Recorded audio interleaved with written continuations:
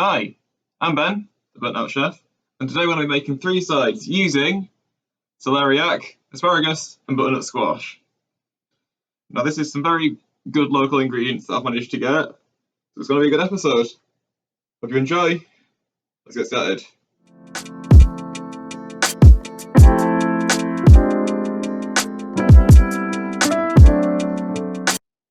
Right, so first, with the celeriac, I'm going to cut the root end off.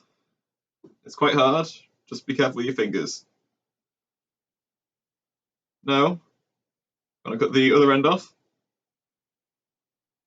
And now with a peeler, you're going to firmly press it into the side and spin the celeriac around.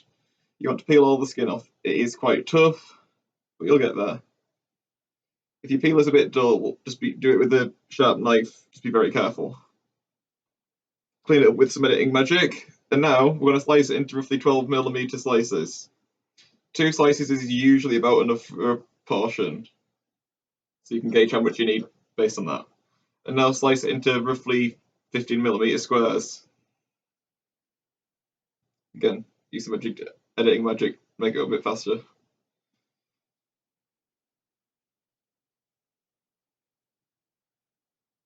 There we go. Right, so now I'm going to cut up some sage. This is about 3 or 4 leaves, which is about enough for a portion. Just cut it up as fine as you possibly can. You don't want big chewy pieces. And just take your time.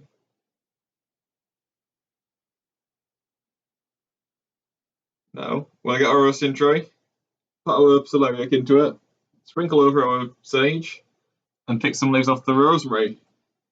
About 1 sprig per portion. Now again, we're going to chop these up fine. We don't want any horrible bits getting stuck in your teeth when you're eating. It won't be very nice. Right, I'm going to sprinkle that over as well.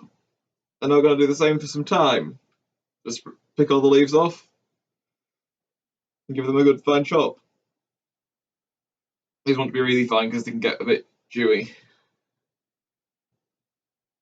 Right, so now we're going to gently crack some garlic, peel it, then split it in half. We're going to take the germ out of it. This just gives you a less intense garlicky flavour. I'm going to very gently smash them and chop them up finely and keep chopping until they're effectively minced. If you can't be bothered doing this, use a garlic press. I just prefer this way. So now, for 1 portion, we're going to use about half a clove's worth. I'm going to save the rest for later, though, for one of the other sides. So there we go. That's all the herbs.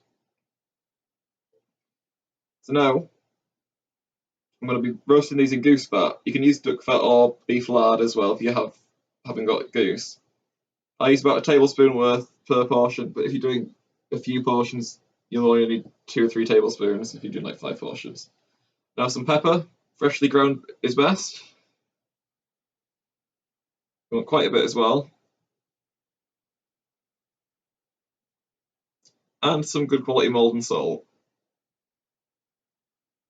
You want quite a bit because it is, again, it's a root, so it's quite sweet. Now give that all mixed together. You want the goose fat to sort of incorporate with all the flavours and coat everything. And there we go. So that wants to roast in the oven at 180 degrees C for about 20 to 30 minutes. So now for the butternut squash. Right, so we're going to cut it in half, straight through the remaining bit of the stalk. They are a bit tough. They smell very pumpkiny as well. They're really nice though. Now break off the remaining bit of the stalk. It's just easy to do when it's in half. And then cut it into half again, which makes all quarters. So, now we're going to scoop out the seeds and stringy bits. You really don't want to eat those. They're not nice. You could probably roast the seeds and eat them as a snack, but I wouldn't recommend it. So just make sure they're all out. There we go. So, that's nice and cleaned out now. We're going to cut it in half again. So, basically, 1 butternut squash will make 8 portions. Because they are quite sweet, you don't want too much of it. Now we're just going to cut off this little end here, and the one on the top. Just makes it look a bit more presentable. Because sometimes you'll end up with a bit of root at the end and it's not very nice. So now we're going to mix up our seasonings. So, maybe about quarter a teaspoon smoked paprika, quarter teaspoon of garam masala, and that last half clove of minced garlic. Again with the germ removed. Good grind of fresh black pepper, and a good sprinkling of salt. Now I'm going to add in a little bit of olive oil just until it becomes a paste. Give that a good mix around. Now I'm going to sort of rub it all over the piece of butternut squash. Obviously, if you have multiple, just times this by how many you have. Just make sure you've coated it all. You don't really need to coat the skin. You're not going to eat that. So there we go. That's going to roast for about 25 to 30 minutes at 180°C. I always use convection, just generally. Now for the asparagus. Now this is really nice asparagus from a local farm in Yorkshire, which is Spillman's, but any will do, local is best. We're going to cut off these white and purple bits at the bottom. They're very hard. Some people snap them off, but you can cut it and it's a lot cleaner of an edge. Those bits will be horrible to eat. So now they're all the same length and nicely prepared. It's time to cook them. So, in a frying pan, we're going to fill it about 3/4 full of hot water and bring this to a rolling boil. And we're going to add in a good helping of salt. It wants to be saltier than the sea, really, because it's not going to spend much time in the water. We're only blanching. So they're going to go in for 40 to 80 seconds. These ones, because they're average size, will take a minute. That's it. Once a minute's up, take them out and let them drain on some kitchen paper. You'll feel that they're a bit softer on the outside, but not mushy. There's nothing worse than mushy and soft asparagus. You want a bit of bite to it. Now you could technically leave it here, they're cooked. I like to put a little bit of olive oil back into the pan once you've drained it. Spread it around. You don't want too much. And now put the asparagus back in. Season with some salt and pepper, freshly ground again. Give them a little roll around in the pan, just to make sure they're all coated, and then just let them sit. Press them down a bit, and just let them sit on sort of medium-high heat until they smoke a bit, and this will give a nice caramelized char. And once it does that, flip it. There's not that much char yet, but we'll probably flip it again just to get some more.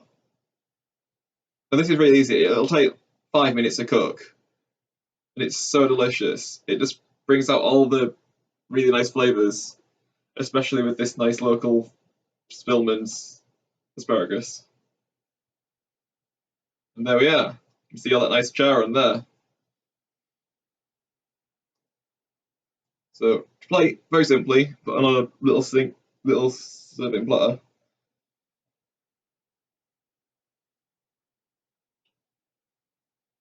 And now it's the best time, tasting.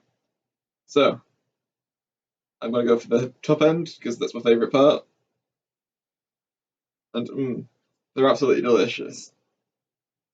It's so amazing how much flavour you can bring out by just charring them in the pan like that, and by using high quality ingredients. They didn't even cost that much more than a supermarket own brand. So now it's time to plate the butternut squash. So simply put it on a plate. I'd quite often serve it with a rich meat dish, like a roast or something like that. It's really nice and tender. Just take a slice out. Your guests can do this on the plate. And just carefully take the skin off. You don't want to eat the skin. I mean, it's edible, but it's not nice. And the butternut squash itself is absolutely delicious. Those seasonings, it doesn't taste curry, but it really works. And now for the celeriac. Now this dish, the inspiration for it actually came from a side I had at the Supply Grill. They actually had turned their pieces of celeriac, so they're nice little discs. There's no need to do that in home cooking, or even there really. But it's absolutely beautiful. Ooh, Got that little one at the end there. That's the best part. Taste testing. So there's some nice caramelization, and yeah, you get the hit of approval. It is absolutely delicious. I hope you try these dishes out. They go great with almost anything, really, and they're so simple.